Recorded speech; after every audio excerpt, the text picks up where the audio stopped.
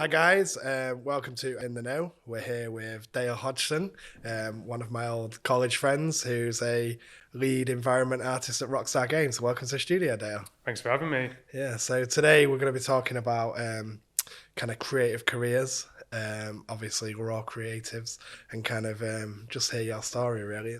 Yeah, it all started in Scunthorpe, yeah. I think a little bit similar to yourself, Pete. Like, for me, it all started with skating. I think I started skating when I was about 12, and obviously art is so ingrained in skating, street art, creative people. We were all kind of misfits and, hanging out at skate parks and stuff. But really, like, skate films is really where it started as well. We all had, like, little cameras and we were all filming little skate films and stuff like that. I knew that I wanted to work in something creative. I hadn't really been involved that much in games back then. I didn't even really play a lot of games when I was a kid. But film media, I was in love with that stuff. So going to North Lindsay, doing like a multimedia course, kind of getting to try lots of things out. I was doing loads of stuff back then, claymation stuff, just drawing, painting. I guess that's where it all really started. Even when I did go to university, I didn't go specifically to do a games art course to start with. I went to do like 3D animation. And it was only really when I got there and I kind of got to try out, different parts of 3D. And that's kind of when I fell in love with the game side of stuff. And I think playing games actually came after that, really. When we were kids, we didn't really have games consoles and stuff like that. We would play on friends' consoles and things, but it's not like I grew up playing games all the time. Yeah, you kind of was too busy out skating. Yeah, exactly. Yeah, I spent a lot of time outside. Yeah. Yeah. Luke's kind of background as well. He kind of used to film like trials biking and stuff. Didn't Yeah, he? used to. Well, so. Me and my mates hopping up walls and on rails Yeah, and stuff exactly. around Yeah, and this was back when like things like Jackass and CKY had only just came around. So we were either filming like skating or filming ourselves, throwing ourselves off stuff. And there was a lot of time outside, a lot of time exploring. A lot of the friends that I used to skate with were also into photography, videography, and stuff. So we would get up at the crack of dawn and go out the golden hour and photograph and film and explore the woods, explore abandoned buildings was one of the big things for us as well. It was a bit of an escape, I guess.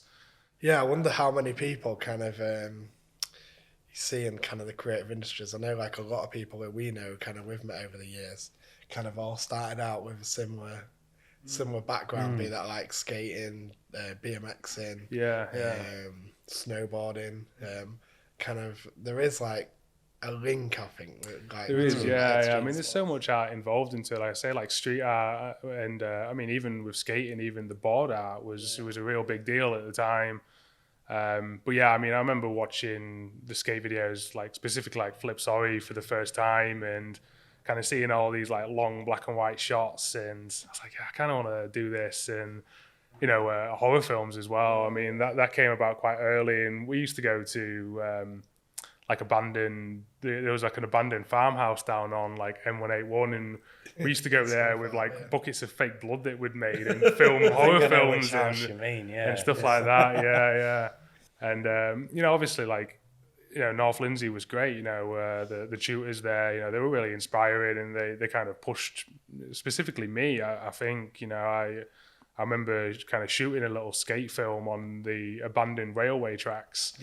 Like up at the top end of town, and kind of submitting that as one of my pieces of work, and the board being like, you can't do this, like you can't just go into an abandoned place and film it. But I remember like Pete and Ralph really like backing me up, and in the end I got a passing grade for it, thankfully. But and then I say, films was always a big thing. I think 28 Days Later was one of the films that kind of really opened up my eyes. I used to love watching like the making of that came with the DVDs and all stuff like that.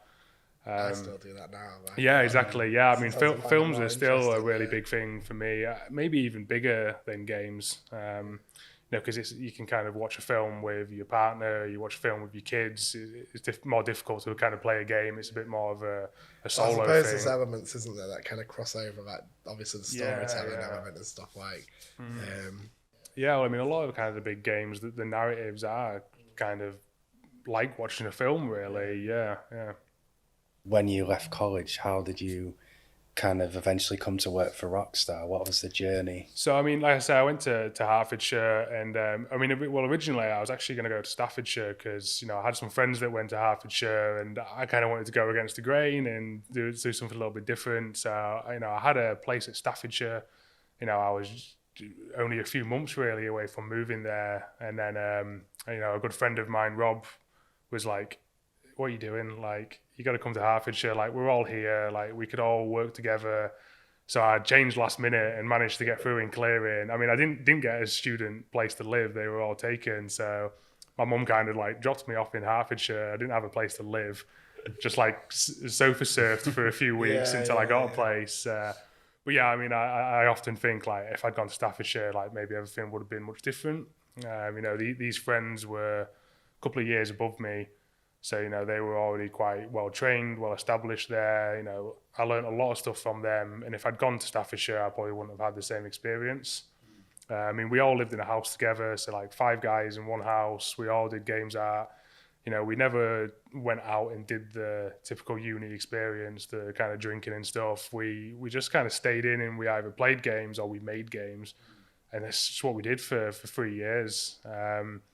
And like I say, I had a really good friend who was a few years above, and he was very successful. He's very successful now, and I kind of just mirrored some of the stuff that he was doing. So, he had a really good portfolio. So I was like, well, portfolio must be the most important thing.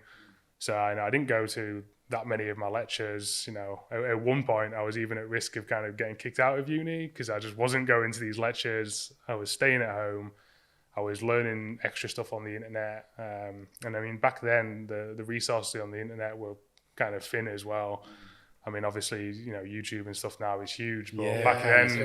go on and learn anything. There wasn't as much back then. So, a lot of time shut away in my room, making a portfolio, started applying for jobs, basically kind of at the end of my second year, really. So I still had a year left. And I just blanket bombed every games company around the UK and did various interviews, various art tests, and eventually I went for my interview at Rockstar, and it just felt right from the get-go. The guys that interviewed me were just really nice, down-to-earth guys. It felt really, really relaxed, and I got the job offer. Yeah, I can imagine Rockstar's one of them places that's just got great company culture. Oh yeah, definitely. Yeah. It's obviously like-minded people. It's just really inspiring, creative place, and they've got people that have worked there since day one at Rockstar, and they've obviously stayed there for a reason. And the real veterans, they can teach you. Well, I mean, they did teach me everything that I know, really. Yeah. What so during your time at uni, like in terms of the course, what did you kind of focus on? What did you sort of gain in terms of learning from the actual course? So my first year, like I say, I didn't specifically go for games, but it was almost like just a big pit of people in the first year. You got to try out everything. So animation, some games art, some programming. There was fine art classes and art theory and stuff all ingrained into it. So I guess I was really kind of learning more about the art fundamentals than silhouette and form and color theory and stuff, and that was really the kind of stuff I was interested in. Composition was a real big thing, and also kind of moving composition, really. Getting a nice photograph is one thing, but when you're kind of moving through a scene and the composition is constantly changing, I was always really interested in that. And I mean, that really is kind of the fundamentals of environment art, is building an interesting environment. Yeah. And I would always kind of draw influence from the real world. So even at university, there was a lot of exploring, a lot of going out at early hours of the morning and just walking through cities, looking at buildings. But yeah, I mean, I guess coming into my second year, really, that was when the focus came onto games art. And I think really what kind of pulled me into it is it was a bit more of a puzzle games art, because there was optimization involved. You had to build something that would run on a console or run on a PC, and I was kind of getting a little bit more interested in the technical side of stuff. Well, I mean, obviously still the art as well, but I liked the restrictions, I guess, that games art gave. With 3D animation, Pixar and stuff, you just make exactly what you want. There is no optimization or anything. It's just pre-rendered.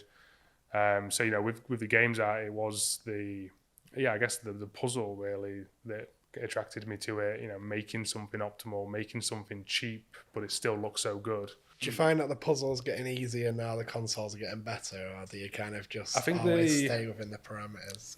Well, I think the kind of technical side is probably getting easier or more forgiving anyway. But the visual quality of games now has changed so much that there are always new things that you have to figure out. I mean, luckily, like I'm not too heavily involved in big technical stuff now. I'm definitely not like a programmer or anything. But as the visual quality of games changes, there is more you have to put into it, and it has become harder, I think, to get into these days. I mean, 10 years ago when I joined, it was it's still difficult, but I mean the kind of games industry of that quality back then was still quite a new thing. When full 3D games first came around, like on the Xbox and stuff like that, it was quite a new thing.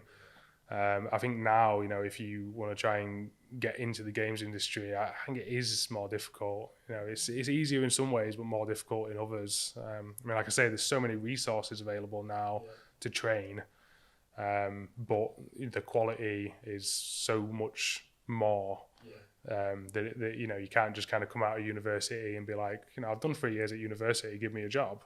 It just doesn't work that way anymore. Yeah. I'd imagine it's difficult, like with the level of, visually how games are so stunning now that I'd imagine is it quite difficult to learn how to create those kinds of games, because you need quite sort of advanced hardware and stuff to kind of execute because I mean, when we do 3D stuff, we often have, when we're thinking about 3D, we have, kids who are at college and stuff that are creating their own work, but they often struggle with some of the more complex stuff because it's just such kind of crazy expensive hardware that they need to kind of render that. And definitely, yeah. I mean, I was actually talking to someone about this recently. I think one of the hardest things for students is not only the hardware but the software as well. I mean, I'm a big believer in the companies that develop this software should be making free student versions for the students, to just get and learn. If your software is £3,500, how do you expect a student to learn that? And a lot of the software available is as either that expensive or even more. I mean, there are a lot of companies like Autodesk. We use 3ds Max a lot, and I did at university. And Autodesk, they did provide student versions, and without that, we wouldn't be able to do anything. Yeah. I mean, I was quite lucky with Hertfordshire. They had quite a lot of funding and they had really good kit. But I mean, one of the universities in Leeds, for example, like they maybe don't have as much funding. They can't afford 50 £3,500 licenses or something like that. So, the kids are kind of left not being able to learn some of the fundamental tools that they need. It was interesting what he was saying. Everything you said around kind of art and your inspiration kind of going out into the real world and absorbing all this information and then kind of putting that into your work. And it's something we find with as filmmakers, it's very technical, but I think the way, when you look at our process, it's very much more about kind of having that, kind of story inside you that you want to express, and it's feeding that inspiration and that energy within. Yeah, I mean, there's like the fundamentals of art have not changed for hundreds of years. It's really just the tools you use to make it.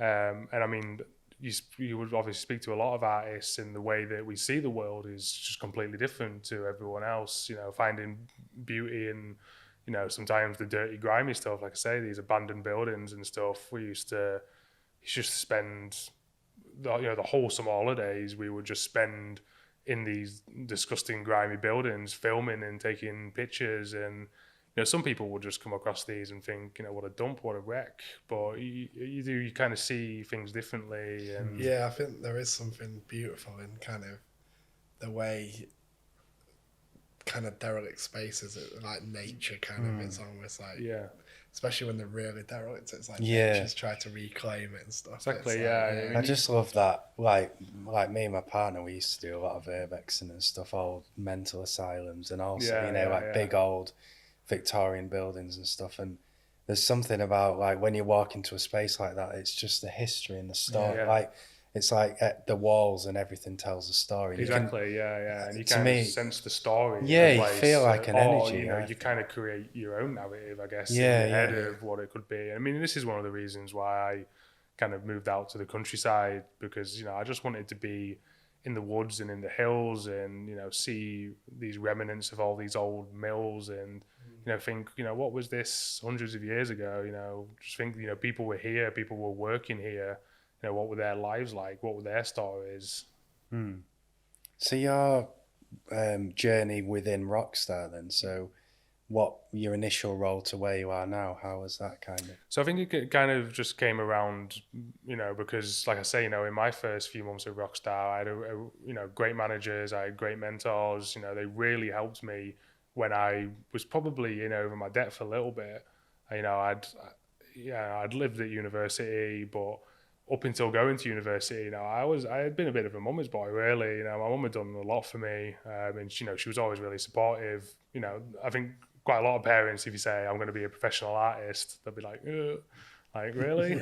But when I got to Rockstar, there were so many people that helped me, and I kind of learned from them, and I wanted to give back, I guess. So I started helping out the new people that came in as well. And I guess that kind of just snowballed into, a big part of my job being to help people, to guide people, to offer feedback to people.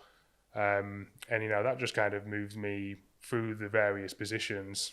So what were those positions, for anyone watching who? Yeah, so I started in like an entry level position, which was a bit more heavy on the tech side. And then eventually took the senior role in that same position, and then the lead role within that same department as well. And then more recently took the lead role in the kind of wider art department. But there's lots of people like me at Rockstar. Even within leads, there is a lot of people at my level. It takes a lot of us, I guess, to kind of keep the machine running. Yeah. And people don't see that sometimes, do they? The amount, like, even in film and stuff as well, like, you can be watching the credits for about 5-10 minutes. Yeah, exactly. The amount of people involved in creating kind of. Yeah, I think this was a big thing a few years ago of, games companies getting quite a lot of stick and, not really understanding that behind the scenes it is people. And, when you're giving stick to these companies, you're giving stick to the people that work for it. And, we are humans and, we work as hard as we can and we get things done as fast as we can, but we are just humans at the end of the day. So day to day, what kind of stuff does your job role involve, really? So I guess it's kind of like a support role for the wider team, really. So kind of looking at the work that they do, offer them feedback, bouncing ideas around. That's obviously a big part of it. And I have a lot of really, really good people above me as well. The directors and stuff, like they're such inspirational people that they're always there for me to bounce ideas off. And, it works really well, especially kind of within the art department. There is always someone there to ask questions to and to provide feedback. And I guess that's really what I try to do with the people on my team, is to just kind of be there to support them, be there to instill some confidence in them about their own work. That like how that one tutor or something at college can just kind of change. Change everything. All it needs is just somebody, like when you first joined Rockstar or whatever, someone saw potential and was like, let's give this guy a chance. And like just giving somebody that chance. Well, it could literally change someone's life, And even with, going to North Lindsay, when I came out of school, I wasn't really that sure what I wanted to do. I was, playing a lot of music at the time, playing guitar and, toying with the idea of kind of pursuing music and stuff like that. But, I'd really enjoyed art. And like I said, I'd kind of got into photography there, and I'd got my first camera. And, North Lindsay just kind of gave me some tools, really, and things that I never even knew were available. And Ralph was obviously, he was a very experienced photographer, and, he I'm sure he did see kind of potential in all of us, really. And, like I say, it was very obvious that he cared about us and things like that.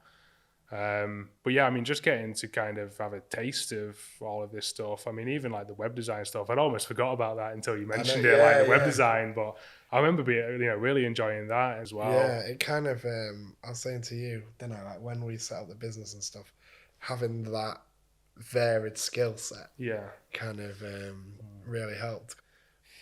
Just going out and doing things, we learned so much, going out, making mistakes, making videos, making loads of crap videos for years, and eventually things start to click, and it's important to kind of enjoy that process as well, I think, because you find your own creative voice, and it's kind of finding out who you are as a creative, and where your kind of what your creative voice is, where the value is in what you do. And I think you need that process, because when you went for your job interview, what kind of portfolio? I'm guessing it sounds like you had a long. Yeah, well, I thought that I had a good portfolio, and I think by the kind of standards 10, 12 years ago, it was probably quite good. By today's standards. What was in the portfolio? Can you remember? I think I'd made like a Vespa scooter. I'd done like an Egyptian temple. Just kind of like 3D models. Yeah, like 3D models. So like kind of a mix of individual models. So the Vespa was kind of a model that would stand on its own, and then kind of some environments as well. I'd kind of worked on a couple of student games, and kind of built some environments and some worlds for that. But if I look back now, like, it was terrible. Like, it was absolutely terrible. Yeah, I actually remember like one of the first things they said to me at my interview was, "This is quite dark. You can't see it really. The lighting is bad." I thought I was out the door. That's not what you want. That's not what you want to hear. No. But like you say, obviously they saw something in me and took a chance on me. And yeah, I'd be forever grateful for that. But how important, like, kind of, I guess when they're looking at those, probably like the skills they can probably improve on. Yeah, exactly. But as long as you've got that attitude that you want to improve, then they know they can teach you kind of. It's that kind of drive and vision. That's what, for me, that's what sets people apart, kind of the drive and the... That's why when we see somebody who's been out shooting, their own stuff, and they're on YouTube all the time learning stuff, to us that's like key, because it shows that they really want to do it. And exactly, there is just kind of having the eye, really. And like I say, there are fundamentals to art that have not changed in hundreds of years. Lighting, composition, form, shape, color theory, like that stuff doesn't change. If you kind of have a good grasp on that, even if the execution is not the best, that stuff can be taught. You can teach new software, you can teach people to improve on how they execute it. But if someone doesn't understand the fundamentals or doesn't have the eye for it, you can't teach that, really. I guess it's the same with music. You can't teach someone to hear music or to be musical. You can teach them to play an instrument, but you can teach them to write their own music. Yeah. Because you see a lot of session musicians and stuff that can play really technically amazing, but they couldn't write anything. Or someone who's got a beautiful voice but can't write any lyrics. And you see like bands that aren't actually great guitar players or drummers. The stuff that they do is quite simple, but it sounds great. It sounds great, because they've got you know, they've got something inside them. They want Yeah, to. I mean, you've pretty much just summed up like the whole punk movement there, haven't you? Like, couldn't play their instruments, but there was something there, definitely. Yeah. So, what kind of things do you like to work on?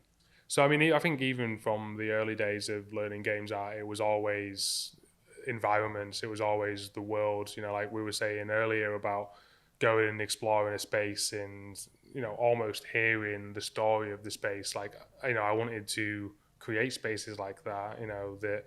That kind of made people feel things and told a story. I mean, this is such a big part of environment art, is telling a visual story, and you can do this in simple ways or complex ways. You can tell a story of a disaster that's happened by the state that the buildings are in. You can put posters, you can put graffiti, you could even tell a story of someone who smokes cigarettes outside the back door constantly, and the ground is covered with cigarette butts. And this was always what kind of attracted me to it, I guess, is the opportunity to tell a story through visual media. How do you find like VR and stuff kind of like as like an immersive technology? I mean, I think it's great. Yeah, it obviously completely changes the game world. Instead of kind of being the fly on the wall, moving through the environment, you are now kind of there in it. So I think it's great, and it is probably the next big step in gaming. I mean, I can imagine that there's quite a lot of styles of game that just wouldn't work in VR. So I mean, I don't think it will ever completely replace just being immersed in this environment, whether it be on a console or PC or something like that. But yeah, I mean, I think it's definitely a great piece of media. Putting the headset in, and then you're at the Grand Canyon, and you can move around and look. Because I think, like I keep saying, my biggest inspiration has always been the outside world rather than consuming games. And this is maybe not a problem with games these days, but I think it is a common misconception that to like work in the games, you need to play a lot of games, you need to consume a lot of games. I would say, you need to be outside, you need to see the real world, you need to consume traditional art and films and poetry and music and pull inspiration kind of from lots of different places. Gamers kind of like yeah. I mean, I do see a lot of students that kind of go into the universities and they're just playing a lot of games. And you will learn. I mean, especially if you wanted to be a designer or something like that, you will learn a lot from playing a lot of games. But I would say to be, even to be a games artist or to be a 3D artist, you need to consume art really, and that would definitely be the best bet. I mean, you could talk to a lot of art directors and stuff like that, and they would probably say that when they're looking at defining the art for a game or defining the style for a game, they probably don't look to other games. They probably look to other art or other media and stuff like that. Yeah. How do you find, obviously, since YouTube and stuff, people are kind of maybe choosing to kind of self-teach rather than the kind of standard like educational kind of like route? How are you getting? I kind of wish that YouTube had all of that stuff when I was a student. Yeah. I mean, I would always kind of say to people in kind of jest is that, I paid to go to university to kind of have 3 years to do that. I didn't, I was taught a lot at university and had some really, really talented people there. But I think a lot of the stuff that I learned at home from, it wasn't even really YouTube at the time. There was, a website called Polycount, which was kind of the only place for 3D artists. And you would post your crap work on there and it would get torn to pieces, but it was always creative criticism. There'd always be change this, do this instead. Get rid of that. It's not good. I think being able to take that criticism as well is an important this skill. is a huge part because you're always going to face criticism, but it's always good criticism, and this is exactly why the games industry works in this kind of hierarchy, is that you'll always have someone above you, and it really is their job to guide you and to tell you this is not good, do this instead, and this is how you learn. Really, you only really learn from being told what you're doing wrong. Like young people who are kind of keen to get into the games industry, what would, if you could break down like some key advice? I know things have come through from what you've said already, but if you was to kind of summarize it. I mean, I think the biggest drive for it, obviously, it just has to be the passion for it. Not necessarily like I say, not the passion for playing games, or maybe not even the passion for making games, but the passion for art. You know, the seeing the world in a different way, just like we talked about. You know, that drive, and you know, that's going to shine through. You know, even like I say, even if the execution is not the best, you know, that passion is always going to shine through. And you know, if you really committed to it, then you know it is easy, really. You know, it's hard to get in the games industry, but it's also easy at the same time if it's your passion and it's your drive, and you know, you kind of get absorbed into it. And like I say, you know, when I went to university, you know, we didn't have the typical university experience. We didn't go to all the freshers party and the pound a pint and stuff. We just got pulled into our course, and we loved it, and this is why we ended up doing it as a job.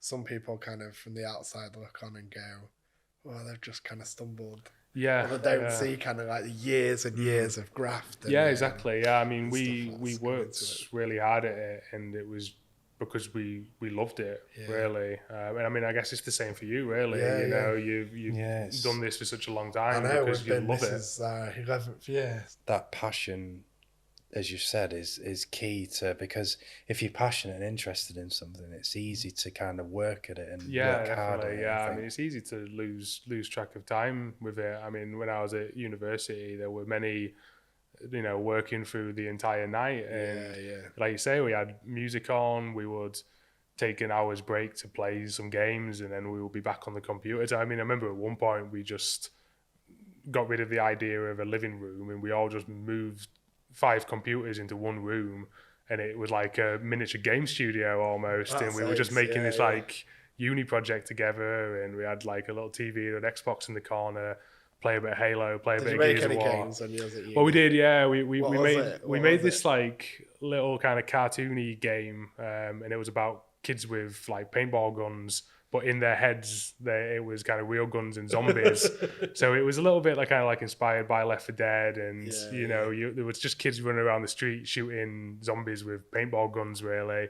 And at the time, you know, it was such a fleshed out idea. We had like a whiteboard that we'd like talked about the dynamics of the game and how it would all work. And in reality, what we produced in the end was just like a kid running around the street, and that was it. But you know, I guess we were kind of like naive, even like back then. You know, we thought we were going to make this like crazy good game, and really what we pulled off was not that great. Yeah, but if you didn't believe that you was going to make that. Yeah, exactly. Yeah, and I mean, this is kind of it with the games industry. Is, you know, some of the most successful games in the world have just been made by one person in their basement. But you know, there's so much passion and drive and motivation to do it. It's interesting as well with thinking about technology, because I think a lot of games these days are kind of almost too focused on like the visuals and being immersive, and not so much the gameplay. Because like when I think back to playing like Sega Mega Drive and the SNES and stuff, like the graphics weren't great, but the gameplay was incredible. I've still got like Sonic 2 and that on my phone. Yeah, and it's kind of growing up, those games that I was so fond of. It was even like, I'm a big fan of like Metal Gear Solid and that kind of thing. And the original not the original Metal Gear game, but the original Metal Gear Solid on the PS1, that the graphics were, when you look back, it's just there's no facial features or anything, but the gameplay was so good. And do you feel like the industry as a whole, is it do you feel like it maybe does get a bit hung up sometimes on the probably kind of visual? I think you're probably right. I mean, it's not as hard to make a good-looking game these days. You know, there are so many programs available. There's so much new technology available to make a good-looking game, that maybe these games that do look good, the design of the game does fall apart. And some of the best designed games maybe don't have the best graphics still. You know, like indie gaming is still huge, and you know, they're kind of the design and the mechanics come first, and then the art comes second. But I mean, sometimes they also kind of end up being charmingly bad. The art, a bit of kind of naff art, but it works with the format of the game. I mean, a lot of the games that I kind of grew up with when I did play games, like you mentioned Sonic. Sonic was a really big one for me when I was a kid because like Sega was like the first thing we had. I think at the time, like it was only just before the PlayStation 2 came out, and we were just getting like a Mega Drive. I'd rather have a Mega Drive. These kind of like side-scroller 2D sprite games, they disappeared for a while. I guess when the 360 came around, everyone wanted to make these big giant 3D worlds, and then the kind of side-scroller 2D game disappeared for a while, and then it came back in full force with like indie development, and being able to get a game engine at home was a really big thing. I mean, Unreal Engine is just like readily available for everyone, and the stuff you can make with that now is just incredible, and it kind of gives people the tools to make a game at home. Yeah, that's what I was going to ask actually. Kind of like, what would you recommend for people who wanted to have a go at kind of making games kind of at home? Yeah, I mean, well, you already mentioned YouTube. I mean, you can learn anything on YouTube these days. And the documentation for like Unreal Engine, for example, is enormous. The community surrounding that is massive. If you have the drive, you have the motivation, you can find the know-how now on the internet. But really just to kind of give it a go, just like we did when we were younger, and you just get a camera and you start filming stuff. Don't wait for the right chance to do it, just start doing it, and it might not be good. It might have some good bits, you might learn some good bits from it, and then you can carry that on into your next game and your next one and your next one, and I guess to just keep at it, just keep producing it. I even do it now, even after all these years, I think about all these things I'm going to do in my spare time, and you kind of think about it so much that you end up talking yourself out of it, or you run through the whole process in your head, and you find a bit that you're like, not sure how I'm going to do that, and then it'll kind of put you off. Sometimes you just got to just get into it. Yeah, we keep talking about like the importance of kind of like for us day to day, a lot of it is kind of like corporate, and we keep talking about the importance of as a team of doing like passion projects and stuff like that to kind of keep the creative. Yeah, I mean, sometimes I guess when you're kind of a creator, you just get these ideas in the middle of the night, or you watch a film and you're just so incredibly inspired by even just like sometimes a small section of it. I mean, I watched a film recently, Mad Gods, which is made by the guy who was kind of like a claymation pioneer back on Jurassic Park and stuff like that. And there was just like one or two scenes, and the environments in it, I was just so inspired by it, that I just wanted to turn the film off almost and just get a piece of paper and start putting things down, or get on the computer and start making stuff. And I guess that drive never goes away. I mean, like you said, Pete, about sometimes you wish that you had the time and the flexibility to pick up and drop things like we used to when we were younger. I was experimenting with so many different medias when I was in college. I do sometimes wish that I still had the time and sometimes the drive and the motivation to still do that. I remember Brian Artoff, when he used to teach a video back at North Windsor, and he was like, learn everything you can now while you're at thingy, because when you get older and you get working in the industry, you won't have a time. And I was like, I'll always have a time. Yeah. Like back then I was fat, and then now I'm like, yeah, you were kind of No, so if you're watching Brian, you were right. Yeah, I mean, there is kind of a big importance of, like I say, holding on to that drive and trying to carve out the time necessary. But you grow up and you have kids and you have a full-time job, and I mean, if anything, the kind of COVID times have actually helped to understand that you need to make some time for yourself and just carve that time out to do something that you love. I think, like I said earlier, one of my favorite things to do, even when I was younger, was to just kind of be outside and to explore and to go out. And I mean, I got a dog 2 years ago, and if there's one thing that's going to get you out of the house, it's having a dog. Yeah. So, I mean, some of the best times I have throughout the week is just going out with the dog and just walking through the woods and, doing childlike things still, climbing trees and jumping over walls, and it's so important to keep doing that stuff. Yeah, yeah. Obviously, like the way people interact with games now has changed. There's a whole myriad of devices. Some of it's kind of portable. You get people playing stuff on the train, on the phone. There's people on massive, monster gaming PC rigs. There's people on consoles. Does the technology on in terms of the way, I know we touched on it with VR, but the way people consume games, does that affect Well, I mean, I guess it kind of allows companies to focus more on how they want people to consume it. So, mobile games, for example, they work there on mobile phones. They might not work on a PC. They might not work on a console. So I guess it allows companies to be more focused in their marketing, really. I mean, I think it is good to have, games available for everyone. You kind of hear stories about, like, 96-year-old Ethel who is falling in love with playing Animal Crossing on the Switch or something. So it's nice to kind of hear that these things are available to people. I do think that it can fall into kind of the dangerous realms, with the younger kids and teenagers, spending all day, every day playing games. I mean, I don't think that's necessarily healthy for them. Like I say, it probably is a common misconception that consuming lots of games will kind of move you off into the games industry. They should probably spend a bit more time outside, skating, BMXing, or something like that. Because I think that's the stuff that really benefited me when I was a teenager. Not even necessarily the gaming and the art stuff, but we used to just hang out at skate parks like all day, every day, and you would meet a real wide range of people.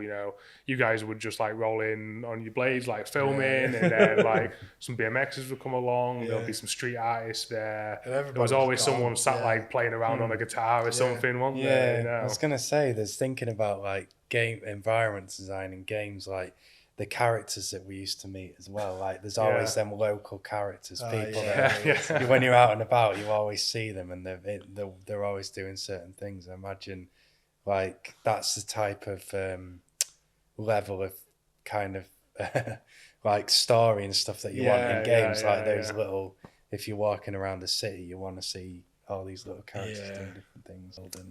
Soaking all that stuff up. Exactly. Yeah. I mean, if you want to kind of work in games and you want to build worlds, then you have to kind of know how the real world works. Yeah. Even if you're going to build a game that is completely unlike this world, you need to kind of know what your base ground is for that. Yeah.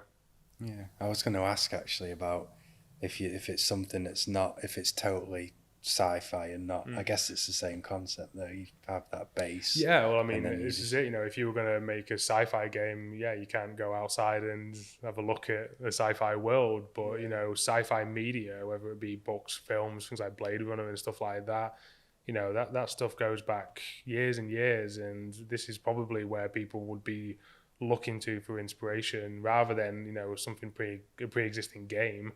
If someone wanted to make a big cyberpunk city with floating cars driving around, they would probably look to Blade Runner and stuff like that and kind of find the influence from other medias.